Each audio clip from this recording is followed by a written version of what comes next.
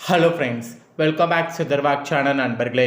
இன்னைக்கு இந்த வீடியோவில் மிக அதிரடியான ஒரு ஜோதிட தாள்களை தான் இப்போ இந்த வீடியோவில் பார்க்க போகிறோம். ஸோ பார்க்குறதுக்கு முன்னாடி எதை பற்றிய ஜோதிட தாள்களை பார்க்க போகிறோங்கிறத இன்ட்ரோவில் ஷேர் பண்ணுறேன்.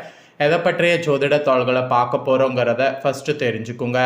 தற்போது 2025 ஆண்டில் தமிழ் மாதமான 5வது மாதமான ஆவணி மாதமானது பிறந்து நடந்துகிட்ருக்கு. இந்த மாதம் சாதாரண மாதம் கிடையாது, மிக முக்கியமான மாதம் என்று சொல்லலாம். இந்த மாதம் அப்படி என்ன முக்கியமான மாதம் அப்படின்னு கேட்குறீங்களா? இந்த மாதத்தில் ஆன்மீக சார்ந்த நிறைய நாட்கள் வரும். அதனால் இந்த மாதம் மிக முக்கியமான மாதமாக கருதப்படுது. இப்போ ஒரு முக்கியமான நாளானது ஆவணியில் வர இருக்கு. அது என்னைக்குன்னா ஆவணியுடைய 6ஆம் தேதி அன்னைக்கு தமிழ் மாதம் பார்த்தீங்கன்னு வச்சுக்கோங்களேன். இந்த நாள் ஒரு சிறப்பான நாளாக சொல்லப்படுது. அன்னைக்கு ஆங்கில தேதி ஆகஸ்டுடைய 22ஆம் நாள், கிழமை வெள்ளிக்கிழமை. இந்த நாள் அப்படி என்ன முக்கியமான ஆன்மீக ரீதியான நாள் அப்படின்னு கேட்குறீங்களா? இந்த நாளில் அமாவாசை திதியானது வருது. வரக்கூடிய அமாவாசை திதி சாதாரண நாள் கிடையாது, மிக முக்கியமான நாள் என்று சொல்லலாம்.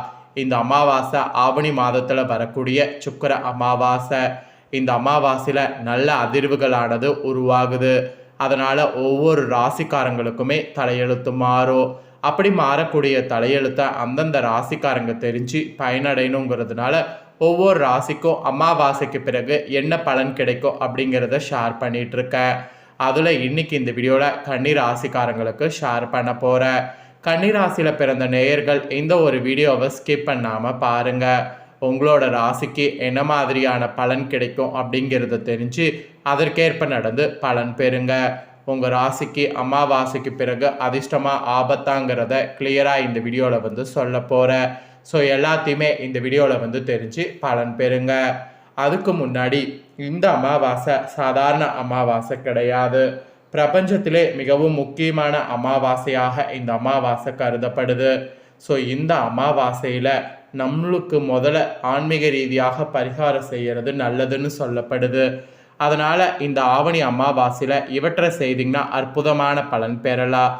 எவற்றை செய்தால் அற்புதமான பலன் பெறலாங்கிறத வாங்க பார்க்கலாம். தமிழர்களுடைய ஜோதிட கணக்கின்படி சூரியன் சிம்ம ராசியில் பிரவேசிக்கக்கூடிய மாதமே ஆவணி மாதம் என கணக்கில் கொள்ளப்படுகிறது. எனவே தான் இம்மாதத்தை சிங்க மாதம் எனவும் அழைக்கின்றனர். ஆவணி மாதத்தில் தான் ஆவணி திருவோணம், ஆவணி அவிட்டம், விநாயகர் சதுர்த்தி இது போன்ற தெய்வீக சிறப்புமிக்க தினங்கள் வருகின்றது. அதே போன்ற இம்மாதத்தில் வருகின்ற பௌர்ணமி மற்றும் அமாவாசை தினங்களும் மிகுந்த முக்கியத்துவம் வாய்ந்ததாக கருதப்படுகின்றது. அந்த வகையில் இந்த டைம் வரக்கூடிய ஆவணி மாத அமாவாசை தினத்தன்று நம்ம செய்ய வேண்டியது என்ன என்பதையும் அதனால் நமக்கு ஏற்படக்கூடிய பலன்கள் எத்தகையது என்பதையும் இங்கு தெரிந்து கொள்ளலாம். ஆவணி அமாவாசை அன்னைக்கு காலையில் அமாவாசை தர்ப்பணம் திதி போன்ற சடங்குகளை செய்யணும்.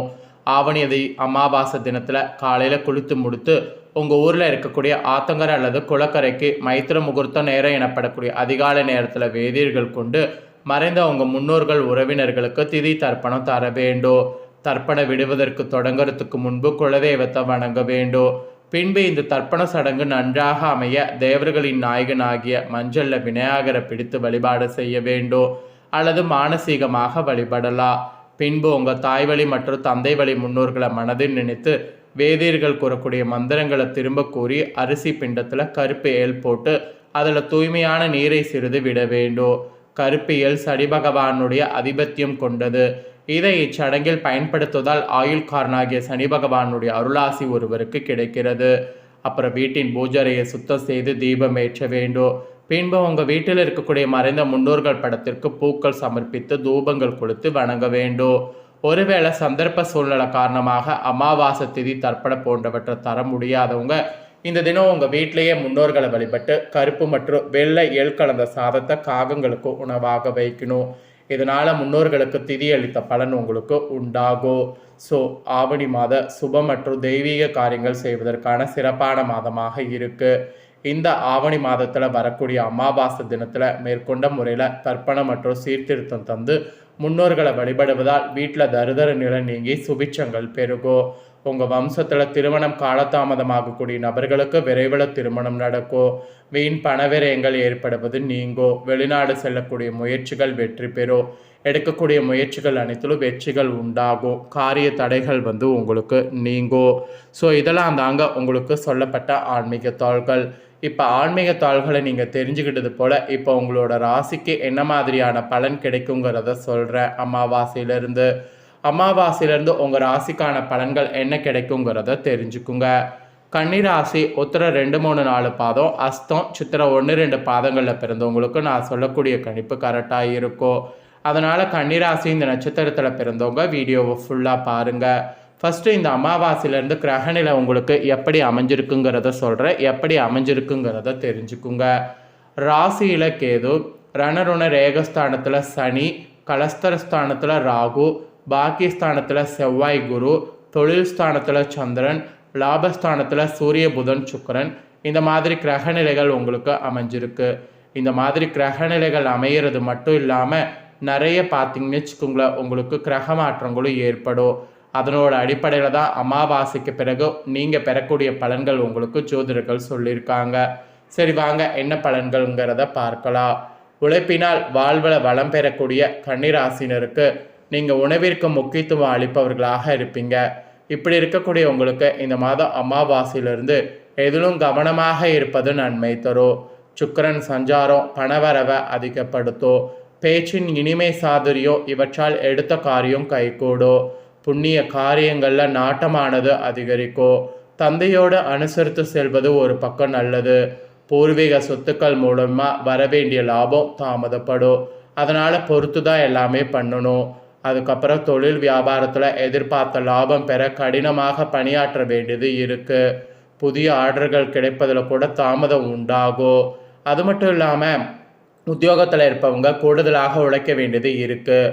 முயற்சிகள் கூட எதிர்பார்த்த பலன் தராமல் போகலாம். வீண் அலைச்சல்கள் உண்டாகலாம். குடும்பத்தில் இருப்பவர்கள் கூட உங்கள் ஆலோசனை கேட்டு எதையும் செய்வாங்க. அதே சமயம் கணவன் மனைவிக்கிடையே இருந்து வந்த பிரச்சனைகள் நீங்கும். பிள்ளைகளோடு அனுசரித்து செல்வது நல்லது. பெண்களுக்கு எதிலும் முழு கவனத்தோடு ஈடுபடுவது நன்மை தரும். பணவரவு கூட எதிர்பார்த்தபடி இருக்கும். அப்புறம் கலைத்துறையை சேர்ந்தவர்களுக்கு மற்றவர்களுக்கு உதவ போய் வீண் பழி ஏற்படலாம். அதில் கவனம் தேவை. தொழில் வியாபாரம் இதெல்லாம் பார்த்தீங்கன்னு வச்சுக்கோங்களேன் கொஞ்சம் நீங்கள் முழு கவனத்தோடு ஈடுபடணும். அப்போ தான் தொழில் தொடர்பான அலைச்சல் அதிகரிக்கிறத குறைக்க முடியும். ஆனால் பணவரவு திருப்திகரமாக இருக்கும், ஒன்றும் பிரச்சனை இல்லை. அதுக்கப்புறம் மற்றவர்களுடைய கருத்துக்களுக்கு மதிப்பு கொடுப்பது நன்மை தரும். அரசியல் துறையில் இருக்கிறவங்களுக்கு கூட கூடுதல் பணி சுமை ஏற்க வேண்டியது இருக்கும். மேலிடத்தில் உங்களுடைய கருத்துக்களை தெரிவிக்கும் போது கவனமாக பேசுவது நல்லது. வீண் அலைச்சல்கள் தடை தாமதம் ஏற்படலாம், கவனம் தேவை. புதிய முயற்சிகளை தள்ளி போடுவது நல்லது. மாணவர்களுக்கு கூட கல்வியில் பார்த்தீங்கன்னு வச்சுங்களேன் வெற்றி பெற அதிக ஈடுபாட்டோடு படிக்கிறது நல்லது. வீண் அலைச்சல்கள்லாம் ஏற்படும். இந்த டைம் பார்த்தீங்கன்னு வச்சுங்களேன் வீண் கவலை ஏற்பட்டு நீங்கும். உடல் ஆரோக்கியத்தில் கவனம் தேவை.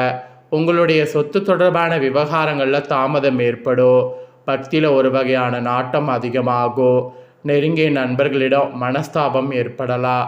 அதே சமயம் இந்த டைம் தொழில் வியாபாரத்தில் ஈடுபட்டு இருக்கிறவங்க பார்ட்னர்கள் மற்றும் வாடிக்கையாளர்களிடம் அனுசரித்து செல்வது நன்மை தரும். உத்தியோகத்தில் இருப்பவர்கள் வேலை பளு ஏற்பட்டாலும் எப்படியாவது செய்து முடித்து விடுவீங்க. சக ஊழியர்களுடைய ஒத்துழைப்பு உங்களுக்கு இருக்குது. இந்த டைம் குடும்பத்தில் இருப்பவர்களோடு ஏதாவது ஒரு வகையில் வாக்குவாதம் உண்டாகும்.